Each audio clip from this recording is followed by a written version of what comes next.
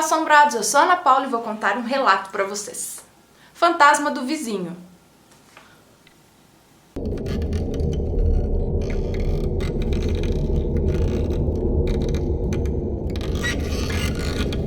A moça que nos conta esse relato diz que isso aconteceu no ano de 1999, quando ela tinha 8 anos de idade.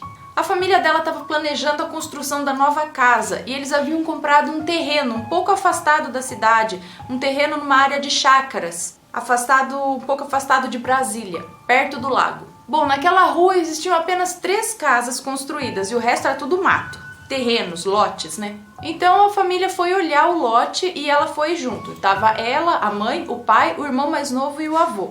Era perto do meio-dia e os adultos estavam lá explicando onde ia ficar a casa, onde era isso, onde era aquilo e tal, quando de repente apareceu alguém ali no meio do mato. Era um senhor branco que aparentava ter por volta de 70 anos de idade, usava roupas simples e estava no lote ao lado. Ele estava no lote vizinho ao que ela estava vendo, atrás de uma cerca, no meio de algumas árvores. Esse senhor estava a uns 8 metros de distância deles e perguntou o que eles estavam fazendo ali. Bom, completamente normal o senhor perguntar isso, afinal ali não é um local onde tem sempre gente passando. Ela fala que mesmo sendo normal, assim, aquele senhor chamou a atenção dela de alguma forma.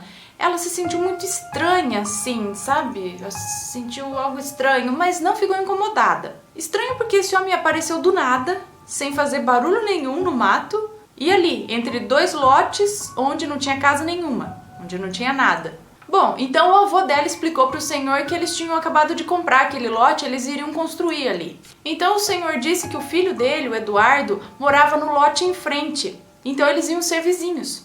E depois dessa breve conversa, o senhor se despediu e foi embora. Bom, ela diz aqui que não prestou muita atenção porque era papo de adulto e não interessava para ela na época, mas não durou mais do que 1 minuto essa conversa. E ela diz que apesar de ser algo muito normal, aquilo não saía da cabeça dela. E ela diz que ela tem um grau de mediunidade desde pequena. Ela sempre sentiu coisas estranhas, que não são deste mundo. Bom, isso passou. Aliás, passaram-se 5 anos depois desse acontecido. E uma certa vez, ela conversando com a mãe dela, 5 anos depois disso, ela estava lá conversando sobre o sobrenatural, essas coisas com a mãe dela, quando veio esse assunto à tona, do homem no lote lá. E aí a mãe dela contou o estranho com essa história, o que aconteceu depois. Poucos meses depois daquele encontro ali no lote, o pai da moça que nos conta esse relato e o avô dela foram até a casa do vizinho da frente, do Eduardo, que o senhor lá tinha dito que era filho dele, que ia ser vizinho. Então eles foram lá para conhecer o vizinho, fazer amizade, essas coisas. E conversa vai, conversa vem, surgiu o assunto, né? O pai e o avô dela comentaram que o dia que a gente veio ver o lote, a gente encontrou com seu pai lá e ele disse que você morava aqui, que a gente ia ser vizinho e tal. Aí o cara tipo, como assim? O Eduardo ficou pálido e disse que eles só podiam estar brincando, que eles estavam enganados, que isso não era possível. Então o pai e o avô da menina, né, da moça que nos conta esse relato, ficou sem entender nada. Falou, como? Por que não é possível? Então o Eduardo disse que o pai dele havia falecido fazia 10 anos já. Aí quem fez foi o pai e o avô dela. Então o Eduardo foi lá, pegou uma foto do pai dele e mostrou para os dois. E eles confirmaram que sim, eles estavam falando da mesma pessoa. A mãe dela, a mãe da moça que nos conta esse relato, diz que o pai nunca contou isso para os filhos, para ela e para o irmão, porque eles estavam prestes a se mudar para aquele local. Se ele conta isso, a criançada ia ficar com medo, achando que vai morar num lugar assombrado e tal. Então falou, não vamos falar nada para eles não ficarem com medo. Acontece que esse senhor nunca mais foi visto por lá. E aí fica a questão, o que ele estava fazendo? Será que ele estava conferindo quem ia ser vizinho ali do filho dele? Tipo, tomando conta? Ela diz que é interessante observar algumas coisas, que com o tempo que vira e mexe ela vê espíritos, ela aprendeu a observar os pés dos espíritos, que geralmente eles não tocam o chão. Naquele dia ela observou os pés do tal senhor, só que como estava no meio do mato alto, ela não conseguia ver. Outra coisa interessante é que a aparição foi bem no meio do dia, tipo meio-dia. E as 5 pessoas que estavam lá, a mãe, o pai, o avô, o irmão e ela, todos viram o tal senhor, não foi só uma pessoa que viu. Bom, ela disse que apesar de tudo ela não teve medo, mas foi muito estranho saber de tudo isso anos depois.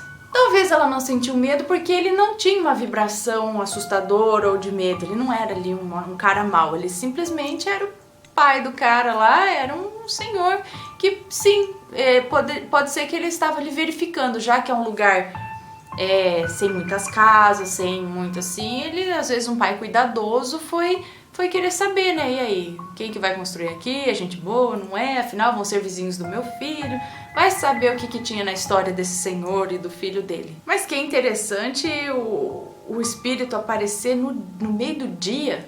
Eu falo, tem gente que diz que não é possível espíritos aparecerem na luz do dia, tem uma explicação lá pra isso, que eu não sei agora, só aparecem na noite, sem que tenha raios de sol, incidindo.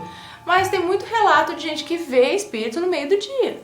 Então eu não sei. Se alguém souber, comentários. Aí eu fico pensando qual seria a minha reação se eu visse um espírito assim. Sabe, uma vontade de ver, mas ao mesmo tempo uma vontade de não ver. E eu tenho uma dica de livro pra vocês. O Oráculo de Delfos. O ancestral místico do Rubens Saraceni, famoso. O livro vai contar um pouco da história, ou um pouco mais, da história de Delfos, o sacerdote do templo de Apolo. À venda lá na loja sobrenatural.com.br. E se gostaram desse vídeo, não se esqueçam de deixar um joinha aqui embaixo, de se inscrever no canal se ainda não é inscrito. Segue a gente no Instagram, no Snapchat, Roliça Latindo. Ajuda a gente no Patreon, se tiver condições e gostar do nosso trabalho. Se quiser enviar alguma coisa pra gente, o endereço da caixa postal está aí embaixo. E deixa um comentário. É isso aí, um beijo pra vocês e até o próximo relato. Tchau!